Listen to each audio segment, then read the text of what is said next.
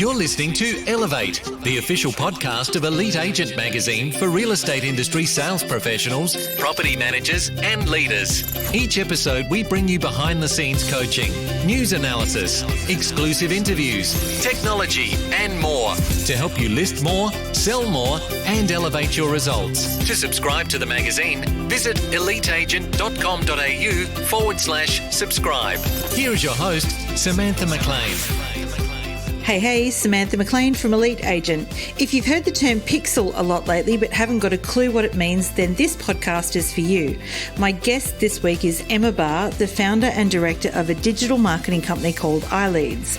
iLeads was born off the back of Emma's 4-year career with LJ Hooker, where she had no patience for time wasting, particularly when it came to generating buyer and seller leads. Lack of patience aside, Emma found by generating the right leads, she could have better conversations with the right people, and that is now her full-time job in helping other agents to do the same. In this podcast, we talk about all things Facebook, why you should be using Ad Manager versus simply boosting posts, what the different types of Facebook ad campaigns are and when you should use them, and what you should be spending to get a result, plus much more. All right, so welcome, Emma. Thank you. So, Emma, tell us a bit about iLeads and what you do in your business first up. So iLeads is a lead generation company. We only work with real estate agents. So we've built out a funnel that can be marketed across any real estate agent, any agent across Australia. And our whole objective is to generate leads for our agents. So it's about turning prospects that are cold and potentially unreachable into warm and hot prospects, really trying to set out and change the way that real estate agents are prospecting. So taking away cold calling, all those kind of things, our agents are now able to just open their email inbox every morning and have appraisal requests and leads with phone numbers and email addresses and residential addresses ready for people to call and make appointments with. So it's about, for us, reaching the people that are thinking of selling or thinking of doing something in the industry before they actually do it, and engaging them on social media. Is it mostly on social media, or do you do any offline marketing as well, or do you mainly focus on the digital? Yeah, no, we only specialise in digital. We did try a few other mediums. We'd even tried Google AdWords and stuff like that, but we just found that social media, Facebook and Instagram had such a better cut through, a lower cost per lead, that kind of thing, and a higher conversion for our agents. Yeah, so we're going to talk about some of the tips and techniques that you use, because Facebook ads are a bit of a mystery to a lot of agents out there still. And I read one of your blog posts recently that was talking about Facebook advertising campaign goals. And there are 3 goals: awareness, engagement, and conversion. And in your article, you were talking about how they're effective for different types of things. So how about we walk through those, what they mean and when you should use them, because that would probably be really helpful for the guys out there. Yeah, absolutely. So I think one of the biggest things that we find is a lot of agents don't understand it, and there's nothing wrong with that because that's not their job. They're out there to sell real estate. One of the things when it comes to Facebook advertising that we see a lot of the time is people will boost a post. So they'll get a new listing or they'll do a post that they want engagement that button with. On the mobile. Yeah, and they make it so easy, and that's Facebook being a bit sneaky, and that's Facebook trying to bring engagement to a post. So look, it's not bad. Engagement is a good thing. Engagement is likes and comments and people clicking on it, which is good to kind of, raise the engagement of that post. But if there's not actionable techniques around that post, then we're not going to actually see cut through. So what we do with engagement and engagement posts, we like to say to our agents, first of all, use Ads Manager. So actually go into the back end of your Ads Manager and go through a full campaign there. So you can select awareness campaigns, engagement campaigns, or conversion campaigns. So when would you use awareness, for example? So that's the first one. Yeah. So what does awareness mean as a campaign definition, and when would you use that? Yeah, it is similar to engagement. However, awareness, you're going to get something in front of as many people as possible. Yeah. So it's how many people are going to view what you've posted. So if you're talking about, a new listing or even a potential video or a listing video, combine it. Yeah. So that's when we want to get something in front of as many people in your local community as possible. Another segue in that is the fact that we actually want to build out audiences. So when you are marketing, doing any type of promotion on Facebook, first of all, let's build an audience, and you want that to be your target area.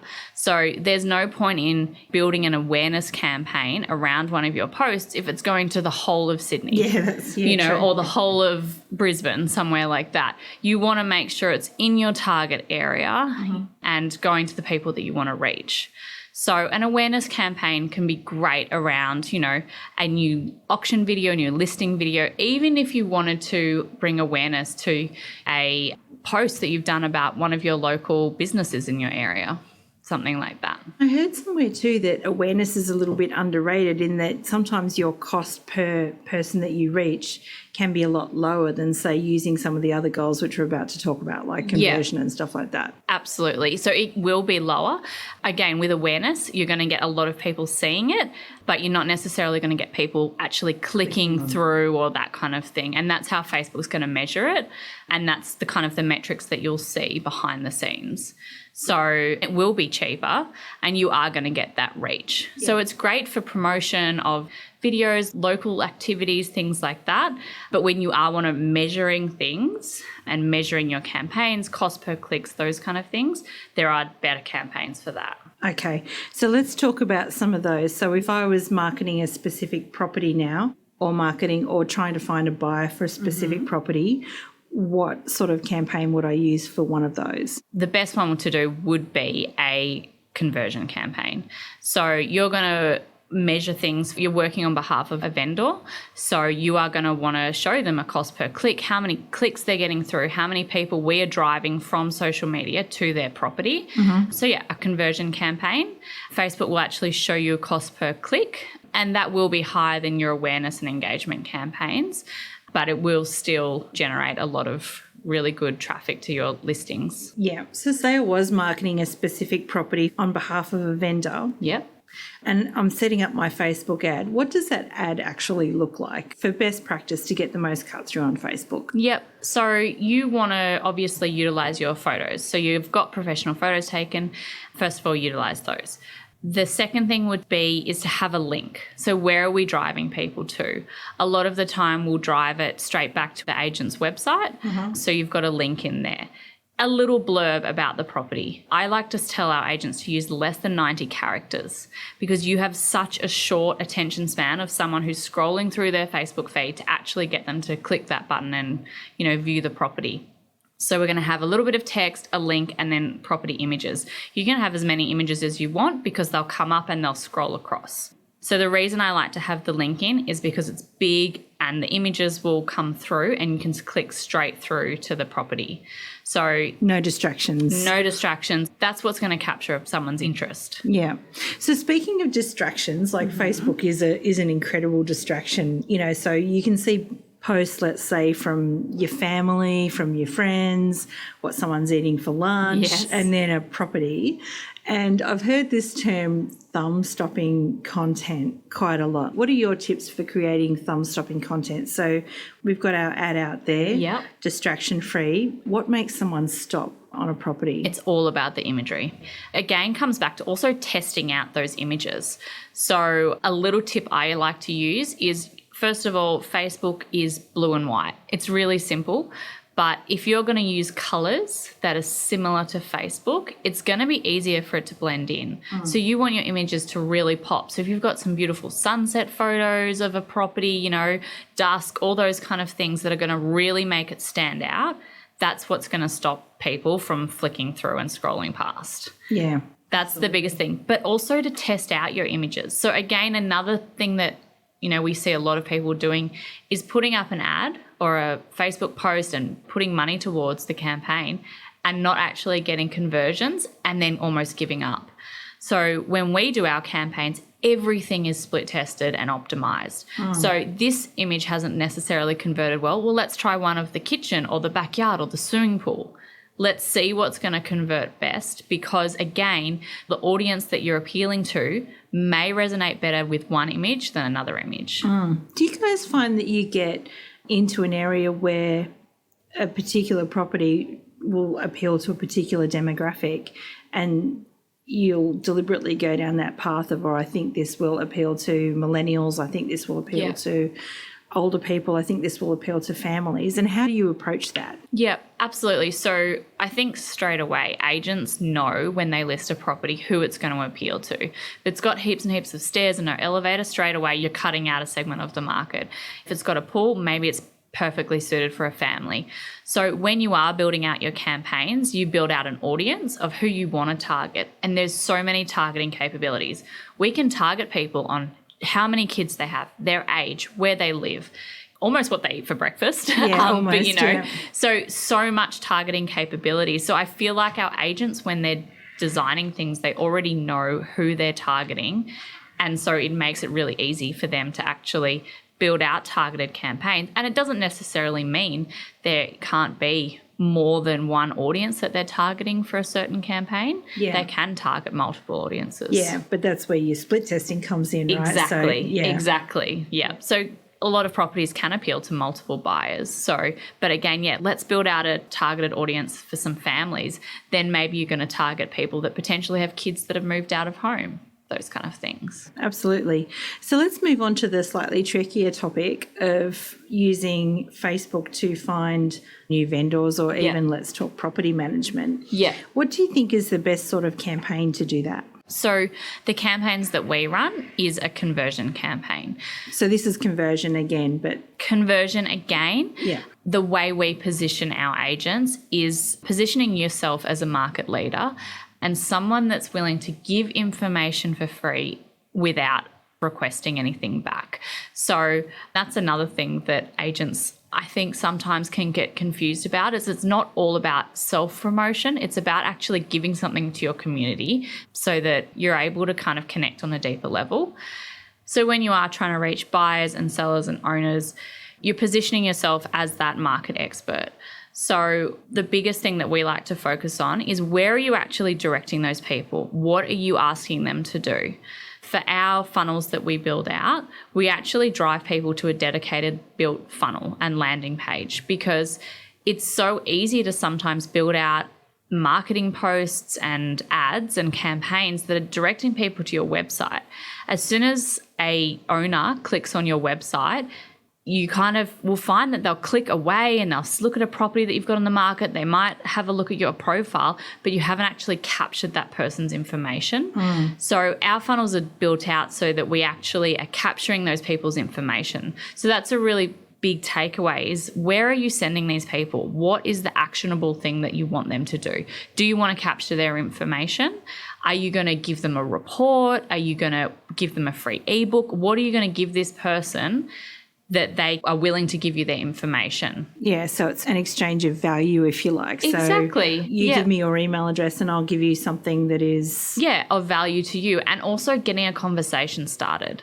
So you're going to help that person, help them make a decision along whatever part of their property journey they're on. Yeah. It's just about having conversations and opening the door for those conversations to happen. So let's just run this scenario for a second.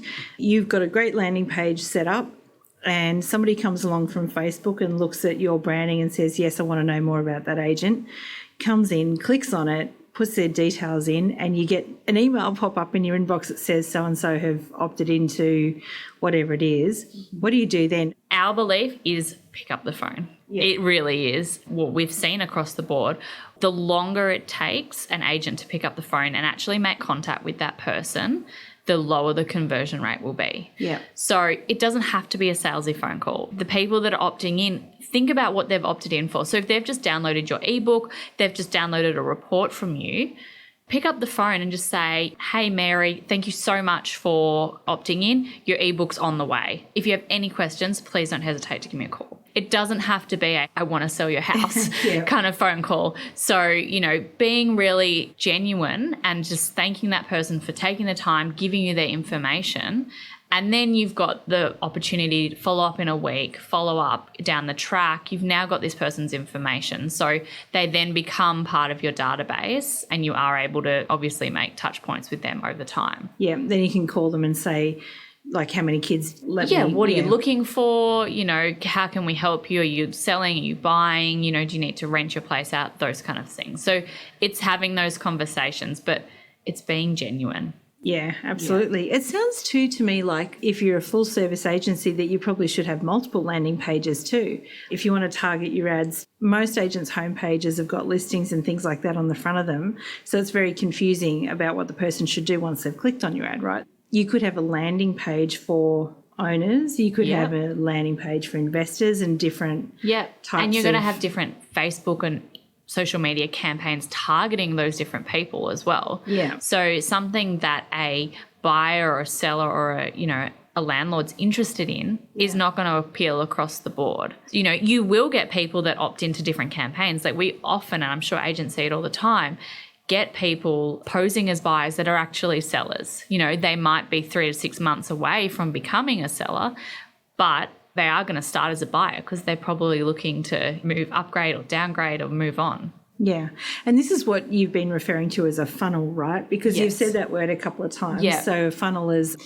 It's a series of landing pages. Yeah. So, you're funneling. So it starts with the ad, then it's the campaign of who we're targeting. It's the landing pages, what you're asking, and then what you're giving your prospect in exchange for that information, and then on to the agent making the phone call. That's really, really cool. And I guess that's a really big takeaway for any agents who might be listening. It's not you contact us page anymore. Absolutely. Landing pages are the new contact us. Yeah, completely. It's so simple, but you often find, and especially like a lot of agents have the capability to see the hotspots on their website and see where people are clicking. And we just see so much, what is the point of spending all this money and driving all this traffic to your website if you're not capturing these people's information? Yeah, absolutely. Because then once you've driven them to your website, you can do something which has become a bit of a buzzword term around the place, remarketing. Everyone's talking about the pixel, and it's not the Google phone called the Pixel, although there's a lot of talk about that as well. Yes.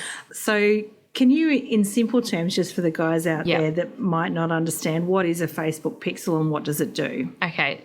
First of all, Facebook pixel is the best thing in the whole world. So if you don't have one, go onto your social media account, go onto your Facebook account, go into your ads manager, and first of all, create your pixel and download it. It's so simple. It will take 10 seconds to download and generate. It is simply a pixel that sits on your website. You can get your developers to install it on every page. So that's a big point. It has to be on every page. We often install them in the footers for our agents' websites. Then it enables you to retarget every single person that lands on your website. So straight away, there's a new audience being created for you in your Facebook ads manager, and that is your Facebook pixel audience. So we know now you're starting to build out how many people are hitting your website and the demographic around those people. Yeah. And that's so important, and it enables agents to start retargeting people. So if you are launching out a new campaign, a new branding campaign, if you're rebranding your website, small things like that or big things like that, you're able to announce it to people that have previously engaged with your brand. It's huge, and it should be on your landing pages as well. Yeah. So with your landing pages and with your funnels, you're able to retarget people at every single stage of the campaign. For people that have clicked once if they don't put their information in, we can retarget them with a specific ad. If they do put their information in, awesome. Every time they log on to Facebook, they can now see your branding because we're retargeting them with your branding, with new listings, sold properties, those kinds of things. It's a massively powerful tool.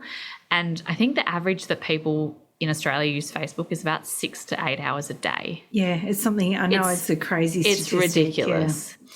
How do you then determine the success of your campaign? So let's say that, because it sounds like we could have several different campaigns running at once on Facebook that are doing several different things.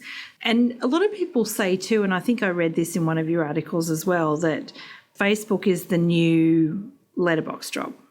Like, you know, how agents used to drop things in letterboxes and stuff like that. And Facebook is like letterbox dropping on steroids or the digital letterbox drop. So it's really easy to tell in print how many brochures you've purchased and what the cost of that is. A little bit more difficult to tell how they've converted. But how do you measure ROI on Facebook? And just, I mean, roughly, can you give us a bit of an indication of what is a reasonable spend on Facebook to get a return? Yeah, absolutely. To start out with the spending, we say to our agents on a single campaign, you don't need to spend more than $10 a day. Yeah. So that's our starting point. We have agents that go up and, you know, once you are getting that cut through and that conversion, you can increase that spend across the board. You can take it up to $50 or $100, again, if you are getting that ROI.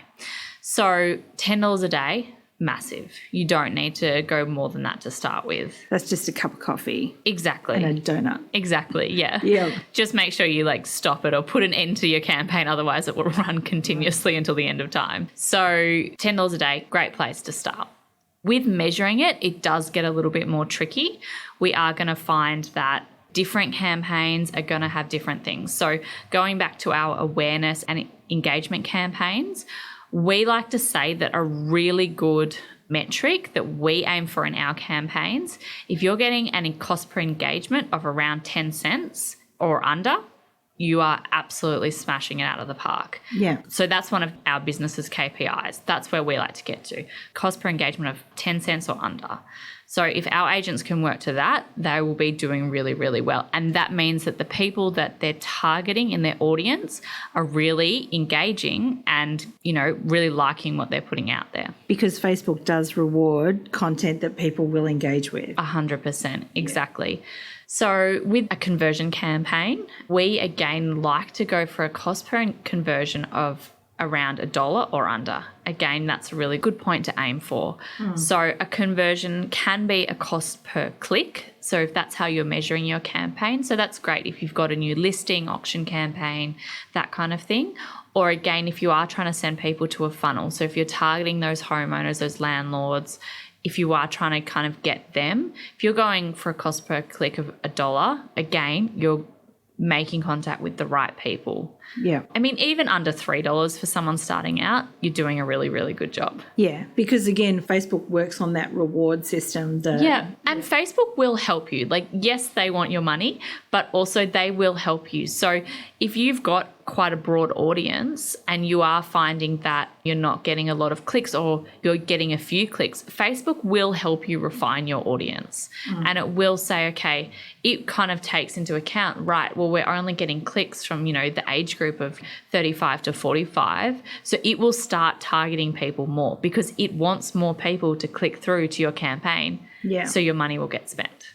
Bit of a catch-22, but again, it's all about driving that traffic and getting the right people to see your messages. Instagram has gained a lot of popularity lately. Yeah. So what about Instagram versus Facebook? When do you use one over the other? Yeah.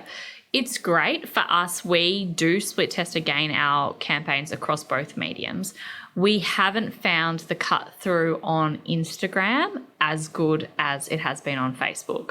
Instagram, it's all about imagery. You know, it's all about having pretty photos and that kind of thing. So it's not going to work in every market. And I think that's a really good thing for our agents not to get stressed out about. You know, if you don't have the beautiful waterfront properties or those kind of things, it is going to get harder to get that cut through. It's an amazing branding exercise for our agents, for reaching the right people, for driving your campaigns, for bringing awareness to your business. I still believe that Facebook at this point is the number one tool. Is it going to shift? Is there going to be a change in the future? Definitely, potentially. But I'd say to our agents, stick at the moment with Facebook, still have a awareness around Instagram, and do split test some of your campaigns. If you do have a amazing property that has stunning imagery, absolutely start promoting it on Instagram as well. But just keep in context that on Facebook, you've got the text, you've got the links. It's really easy to kind of build out a campaign. Whereas Instagram, people are just flicking through and scrolling through looking at pretty pictures. So don't get disheartened if you're not going to get that cut through on Instagram. Good advice there. So let's sort of recap a bit. Awareness for general brand awareness, for office awareness and things like that, to get in front of as many local people as you possibly can. And then engagement and conversion when you want people to get to your website, but make sure that they've got a decent landing page there so that the consumer knows what to do. Is there anything else that you think that agents should do today, tomorrow, as a result of listening to this podcast? Absolutely. First of all, I'd say measure everything and don't get disheartened. So when you are building out a new campaign and you see, your cost per click, just measure what changes you make. If you do change the cover photo, the hero photo for your image, make a note of what the cost per engagement or cost per conversion was before you change it and what it is after. That's the big one, to measure things. The second one, which we kind of haven't really touched on, but I'd love to just get it out there, is videos. Videos are so powerful at the moment, and Facebook is rewarding agents or rewarding everyone for posting videos. Is it all videos or live videos or? Both. They do love live videos. Live videos are harder for agents to do because, there's only one chance. But again, just by doing a video, you are bringing awareness to yourself and your brand, but you're also putting a face behind that brand, and you're letting your local community, your prospects, your potential customers see who you are as a person and who you are as a brand. Another really amazing tool that Facebook has that not many people know about is that if you record a video and upload it onto Facebook, it will automatically generate subtitles for you. You do have to go through do a bit of editing and make sure that it says the right words. But it's an amazing tool because straight away you've got automated subtitles on your video. So now, people can read it on the bus, on the train if they don't have headphones. You're still getting your message across. And lastly is just to keep trying. Facebook is going to change its metrics all the time, but having a purpose and a goal and getting your brand out there and being present on social media is really important. Yeah, everything's a test till it's not, right? Exactly. And unfortunately, I think Facebook's always going to be trying for people. Yeah. But it's great awareness for your brand. It really gives agents the opportunity to show who they are as people. Agents are people. They need to make sure that their local communities can see them as people and not just as a business. Fantastic advice. Emma Barr, thank you so much. Thank you for having me. To subscribe to the magazine, visit eliteagent.com.au/subscribe.